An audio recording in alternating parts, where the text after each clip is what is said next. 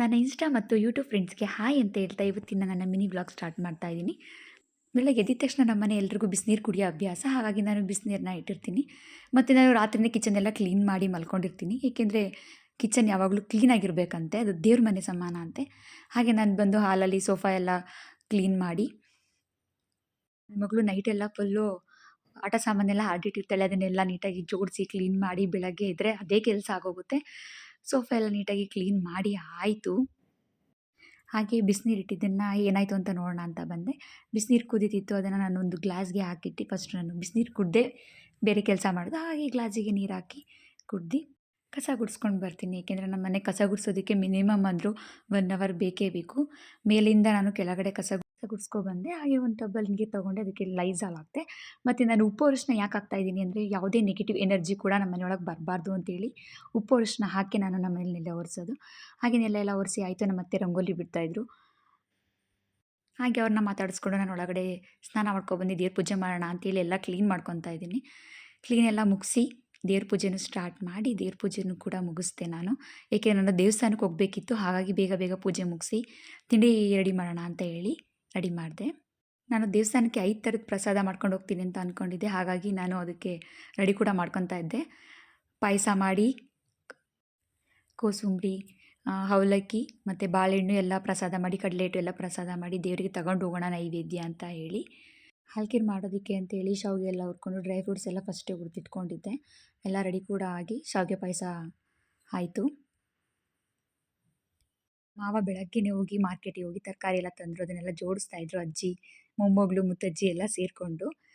ಹಾಗೆ ಟಿಫನ್‌ಗೆ ಬಿಸಿಬೇಳೆಬಾತ್ ಮಾಡೋಣ ಅಂತ ಹೇಳಿ ಬಿಸಿಬೇಳೆಬಾತ್‌ಗೆ ಬೇಕಾದದ್ದನ್ನೆಲ್ಲ ರೆಡಿ ಮಾಡಿಕೊಂಡೆ. ತರಕಾರಿ ಎಲ್ಲ ಹೆಚ್ಚಿ ನಾನು ತುಂಬ ಜನಕ್ಕೆ ಮಾಡಬೇಕಾದ ಕಾರಣ ನಾನು 2 ಗ್ಲಾಸ್ ಅಕ್ಕಿ ತೊಗೊಂಡಿದ್ದೀನಿ. ಅದಕ್ಕೆ 1/4 ಲೋಟ ಬೇಳೆ ಕೂಡ ಹಾಕ್ಕೊಂಡಿದ್ದೀನಿ. ಮತ್ತು ಒಂದು ಕುಕ್ಕರಿಗೆ ಅದನ್ನೆಲ್ಲ ಹಾಕಿ ತರಕಾರಿ, ಅಕ್ಕಿ ಎಲ್ಲ ಹಾಕಿ ಉಪ್ಪಾಕಿ ಅರಿಶಿನ ಹಾಕಿ ಅದನ್ನು ಒಂದು 4-5 ವಿಷಲ್ ಕೂಡ ಹೊಡೆಸ್ತೀನಿ. ಅದು ವಿಷಲ್ ಆಗ್ತಾಯಿತ್ತು. ಮತ್ತು ಹಾಗೆ ನಾನು ಪಕ್ಕದಲ್ಲಿ ಅದಕ್ಕೆ ಬೇಕಾದಂಥ ಮಸಾಲೆ ರೆಡಿ ಮಾಡ್ಕೊತಾ ಇದ್ದೆ. ಅದಕ್ಕೆ ಬೇಕಾದಂಥ ಕಡಲೆಬೀಜ ಫ್ರೈ ಆಗಿದ ತಕ್ಷಣ ಅದಕ್ಕೆ ಈರುಳ್ಳಿ, ಕರ್ಬೇವಿನ ಸೊಪ್ಪು, ಮೆಣಸಿನ್ಕಾಯಿ, ಖಾರ ಪುಡಿ, ಸಾಂಬಾರು ಪುಡಿ ಮತ್ತು ಬೇಳೆಬಾತ್ ಪೌಡರು ಮತ್ತು ಹಾಗೆ ಸ್ವಲ್ಪ ಹುಣಸೆಹಣ್ಣು ಬೆಲ್ಲ ಎಲ್ಲ ಹಾಕಿ ಕುದಿಸಿ ಅದಕ್ಕೆ ಮಿಕ್ಸ್ ಮಾಡ್ತೀನಿ. ಬಾತ್ ರೆಡಿ ಆಯಿತು. ಹಾಗೆ ನಾನು ನೈವೇದ್ಯಕ್ಕೂ ಕೂಡ ರೆಡಿ ಮಾಡ್ಕೊಂಡಿದ್ದೆ ದೇವಸ್ಥಾನಕ್ಕೆ ಹೋಗೋಣ ಅಂತ ಹೇಳಿ. ನಾನು ಮತ್ತು ಅರು, ಪಾಪು 3 ಜನ ನಾವು ಬೈಕಲ್ಲಿ ದೇವಸ್ಥಾನದ ಹತ್ರ ಹೋದ್ವಿ. ನಮ್ಮ ಮನೆ ಕೆಳಗಡೆ ಚೌಡಮ್ಮ ಭೂತಪ್ಪ ಅಂತ ಹೇಳಿ ಅದು ತುಂಬ ಪವರ್‌ಫುಲ್ ದೇವರು. ನಾವು ಹಾಗೆ ಹೋಗೋದ್ರೊಳಗೆ ಅಂಕಲ್ ಪೂಜೆ ಕೂಡ ಸ್ಟಾರ್ಟ್ ಮಾಡಿದರು.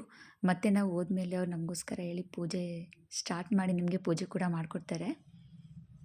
ತುಂಬ ದಿನದಿಂದ ಈ ದೇವರಿಗೆ ನೈವೇದ್ಯ ಕೊಡಬೇಕು ಅಂತ ಅನ್ನಿಸ್ತಿತ್ತು. ಹಾಗಾಗಿ 5 ಥರದ ನೈವೇದ್ಯನೇ ಕೊಡಬೇಕು ಅಂತ ಹೇಳಿ ನಾನು ನೈವೇದ್ಯ ಕೂಡ ಮಾಡಿಕೊಂಡು ಹೋಗಿ ದೇವ್ರ ಮುಂದೆ ಇಟ್ಟು, ನಮ್ಮ ಅರು ಕೂಡ ಪೂಜೆ ಮಾಡ್ತಾರೆ. ಅಲ್ಲಿ ಗಂಡಸರು ಮಾತ್ರ ಹೋಗ್ಬೋದು ಮೇಲ್ಗಡೆ. ಲೇಡೀಸ್ ಯಾರಿಗೂ ಅಲೋ ಇರಲ್ಲ. ಜಸ್ಟ್ ಗಂಡಸರು ಮತ್ತು ಮಕ್ಳಿಗಷ್ಟೇ ಅಲೋ ಇರುತ್ತೆ. ಇವರೆಲ್ಲ ಪೂಜೆ ಎಲ್ಲ ಮಾಡಿಕೊಂಡು ಬಂದು ನನಗೆ ಮಂಗಳಾರತಿ ಕೂಡ ಕೊಡ್ತಾರೆ.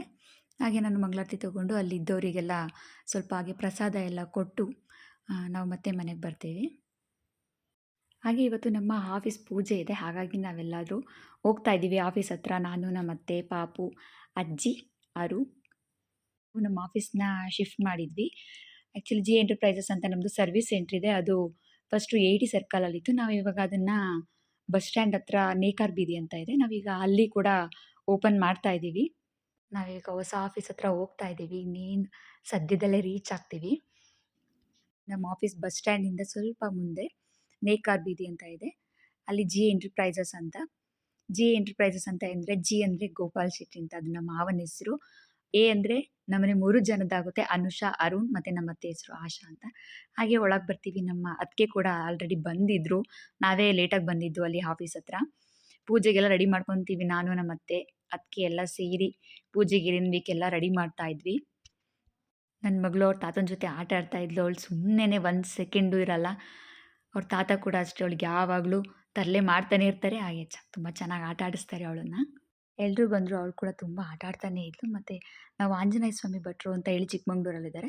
ನಮ್ಮನೆ ಏನೇ ಕಾರ್ಯ ಫಂಕ್ಷನ್‌ಗಳಾದ್ರೂ ಅವರೇ ಬಂದು ನಮ್ಮನೆ ಪೂಜೆ ಮಾಡಿಕೊಡೋದು.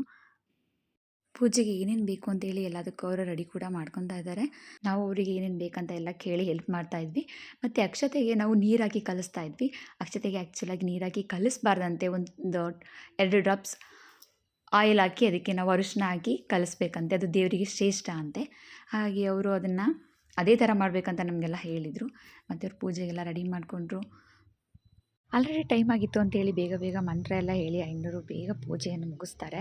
ಹಾಗೆ ನಮ್ಮ ಮಾವ ಕುಂಬಳಕಾಯಿನ ಉಳಿಸಿ ಅಂಗಡಿಗೆ ಕುಂಬಳಕಾಯಿನ ಹೊಡೆದು ಮೇಲೆ ಅಂಗಡಿಗೆ ತಂದು ಇಟ್ಟು ಎಲ್ರಿಗೂ ಸ್ವೀಟ್ಸ್ ಕೊಡ್ತೀವಿ. ಎಲ್ಲ ಸ್ವೀಟ್ಸ್ ತಿಂದ್ಕೊಂಡು ಹಾಯ್ ಬಾ ಹೇಳಿ ಎಲ್ಲ ಮನೆಗೆ ಹೋಗ್ತಾರೆ. ನಮ್ಮ ಭಾವ ಅಣ್ಣ ಬಂದಿದ್ದರು, ಅವರು ಕೂಡ ಬಾ ಹೇಳಿ ಹೋಗ್ತಿದ್ದಾರೆ.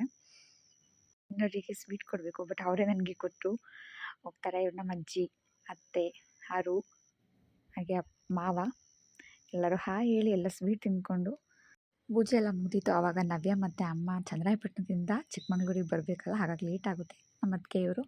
ಹಾಗೆ ನಾನು ನನ್ನ ಮಗಳು ಒಂದು ಸಿಂಪಲ್ಲಾಗಿ ಒಂದು ವೀಡಿಯೋ ಮಾಡಿಕೊಂಡು ಅವರತ್ತೆ ಹೊರಟಿದ್ಲು. ಹಾಗಾಗಿ ಬಸ್ ಸ್ಟ್ಯಾಂಡಿಗೆ ಹೋಗಿ ಅವ್ರ ಅತ್ತೆನ ಕಳಿಸ್ಬರೋಕ್ಕೆ ಅಂತ ಪುಟಾಣಿ ಹೊರಟ್ಲು. ನಾವು ಬಸ್ ಸ್ಟ್ಯಾಂಡ್ಗೆ ಹೋಗಿ ಅವಳನ್ನ ಕಳಿಸ್ಕೊಟ್ಟು ಬಂದು ತುಂಬ ಬೇಜಾರಾಯಿತು. ಅವಳು ಬಂದಿದ್ದೇ ಮಧ್ಯಾಹ್ನ ಆಗಿತ್ತು. ಬಂದೊಂದು 2-3 ಅವರ್ಸ್ ಅಷ್ಟೇ ಇದ್ದಿದ್ದು. ಪುಟಾಣಿ ಅಂದರೆ ಅವಳಿಗೆ ತುಂಬ ಇಷ್ಟ. ಪುಟಾಣಿಗೂ ಕೂಡ ಅವಳಂದರೆ ತುಂಬ ಇಷ್ಟ. ಅವಳನ್ನ ಬಸ್ ಸ್ಟ್ಯಾಂಡಿಗೆ ಬಿಟ್ಟು ನಾವು ಮನೆಗೆ ಹೊರಟ್ವಿ. ಇವತ್ತಿನ ಲಾಗ್ ಇದಾಗಿತ್ತು. ಈ ವಿಡಿಯೋ ನಿಮಗೇನಾದರೂ ಇಷ್ಟ ಆಗಿದ್ರೆ ಲೈಕ್ ಮಾಡಿ, ಕಮೆಂಟ್ ಮಾಡಿ, ಶೇರ್ ಮಾಡಿ. Thank you, love you all, bye.